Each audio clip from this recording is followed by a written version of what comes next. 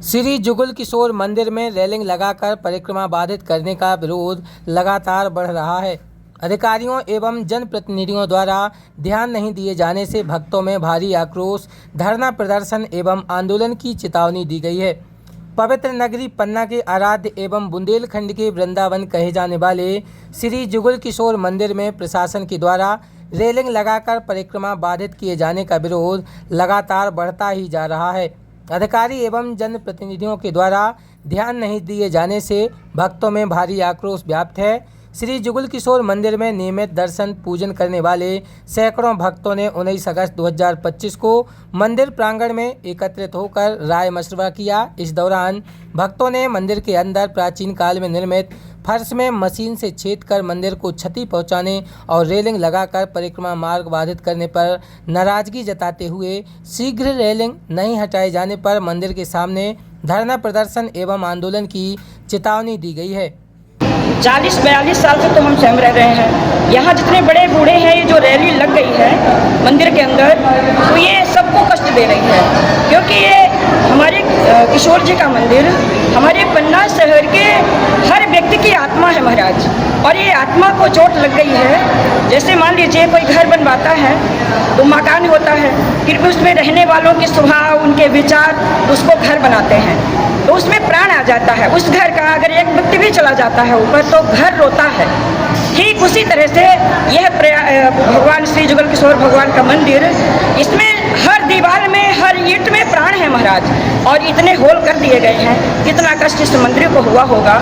तो मैं यही चाहती हूँ कि इस मंदिर से जो ये रैली लगाई गई है, इसको हटाया जाए और मंदिर को जैसे पूर्ण में था वैसे ये पूर्ववत किया जाए, क्योंकि ये बहुत कष्टदायी हो गया है।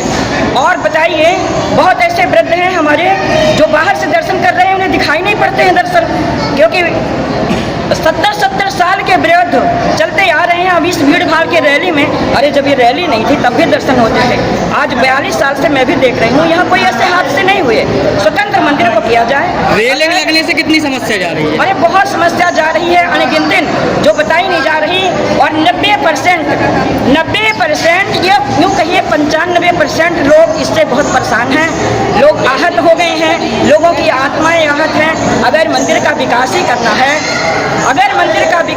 है, तो बट वृक्ष के नीचे जो टॉयलेट बना हुआ है उस बाथरूम को हटाया जाए और अन्यत्र उसे कहीं बनवाया जाए। जहाँ देखा गया है कि ये परिक्रमा भी बंद कर दिया गया है। परिक्रमा, यही तो मैं कहती हूँ मेरे प्यारे प्रेस महोदय और मेरे बंधु, मैं ये कह रही हूँ कि परिक्रमा बाहर की नहीं होती। परिक्रमा गर्भगृह की जो दीवार होती है, परिक्रमा उसको माना जाता है। शास्त्रों के मुताबिक जो भी यहाँ कोई विद्वान आवेगा तो यही सोचेगा कि यहाँ एक ऐसे भगवान का परिक्रमा ही बंद कर दिया गया। अब यहाँ तो बाहर से ही यानी कहानी जपा पानी से लोग काम चलाएंगे। बताइए कितना बड़ा अनर्थ मंदिर में हो रहा है। आपका परिचय? मेरा परिचय नारायण, मैं चित्रकूट बड़ा जगदीश मंदिर रामघाट की अनंत विभूषित श्री स्वामी रामानुजाचार्य धरंडी गोविंद प्रपणाचार्य जी महाराज बड़ा जगदीश मंदिर की शिष्या हूँ और यहाँ सन 84 से पन्ना में रह रही हूँ। यत्र तत्र घूम के आती हूँ, कथा भागवत पुराण जो भी भगवान कराते हैं करके आती हूँ। और फिर मेरा निज निवास ठाकुर जी ने अपने मंदिर के पीछे थोड़ी दूर में बनवा दिया है, वहीं यह शरीर रहता है और सदैव मैं सबका कल्याण हो यही चाहती हूँ। परंपरा तोड़ी गई है और मुझे ऐसा लगता है कि जो मिनी वृंदावन है वो कण कण में हमारे जुगल किशोर जी का वास है। उनको जगह जगह होल करके उनको क्षति पहुंचाई गई है।